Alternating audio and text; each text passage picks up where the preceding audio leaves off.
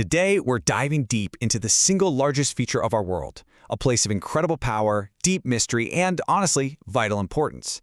This is the story of the ocean, our planet's blue heart. You know, we often call our home the green planet. But if you look at it from space, you'll see a totally different picture. It's overwhelmingly blue. And that vast, shimmering color is the first big clue to the force that really runs the show down here. And yeah, that blue, it's not just for show. A massive 71% of the Earth's surface is covered by water, and almost all of that makes up our oceans. Okay, but what are we actually talking about when we say ocean? We kind of use the words ocean and sea like they're the same thing, but there's a really important difference. So what actually makes an ocean an ocean? It's actually pretty simple. An ocean is a vast body of salt water that sits between continents. And those are the key words to remember, vast and between. Oceans are the true heavyweights of our planet's water systems. And this is where we clear up that common mix-up. See, seas, like the Mediterranean, they're smaller, they're not as deep, and you usually find them kind of hugging the edges of continents. Oceans, though, they are in a completely different league. Take the Pacific. It's enormous, unbelievably deep, and it fills the massive space between whole continents.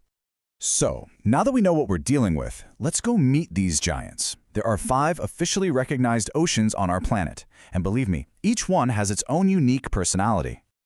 You've got the immense Pacific, the bustling Atlantic, the warm Indian, the wild Southern Ocean down at the bottom of the world, and of course the icy Arctic at the top. Each one is its own world, and each plays a huge role in how our planet works.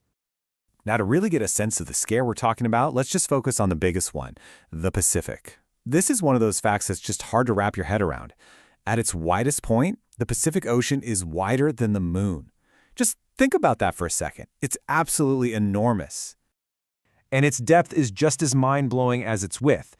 The deepest spot on the entire planet, the Mariana Trench, is in the Pacific.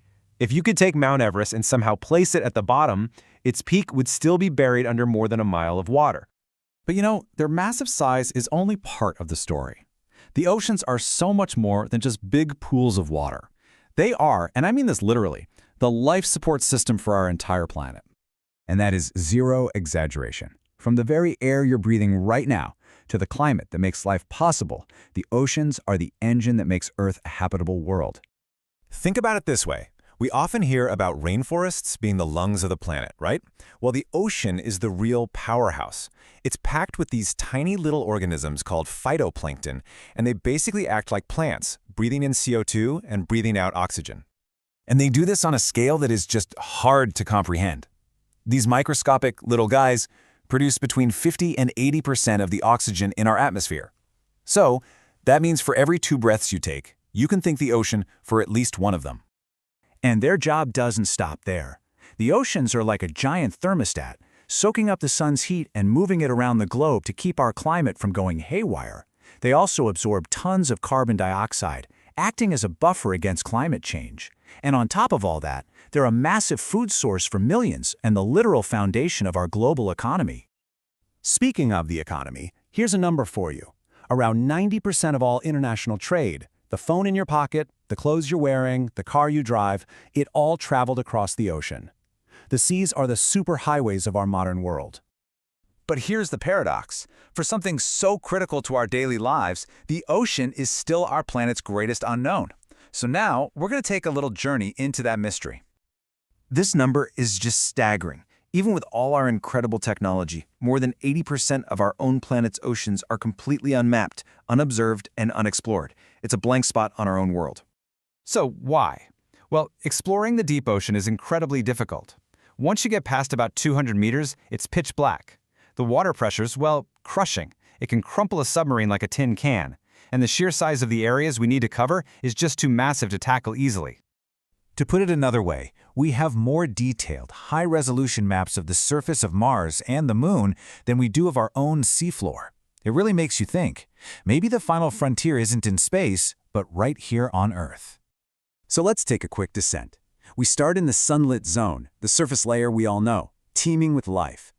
Then we drop into the twilight zone, where the light fades and you start seeing strange glowing creatures. Deeper still is the midnight zone, Total darkness, insane pressure. Below that, the abyss. It's near freezing, almost seems empty. And at the very bottom, the Hadal Zone, the deepest trenches on Earth, a place we know almost nothing about. So, from the oxygen in your lungs to the deepest, darkest mysteries on the planet, it all comes back to the ocean. It truly is the blue heart of our world, the source and the sustainer of all life as we know it.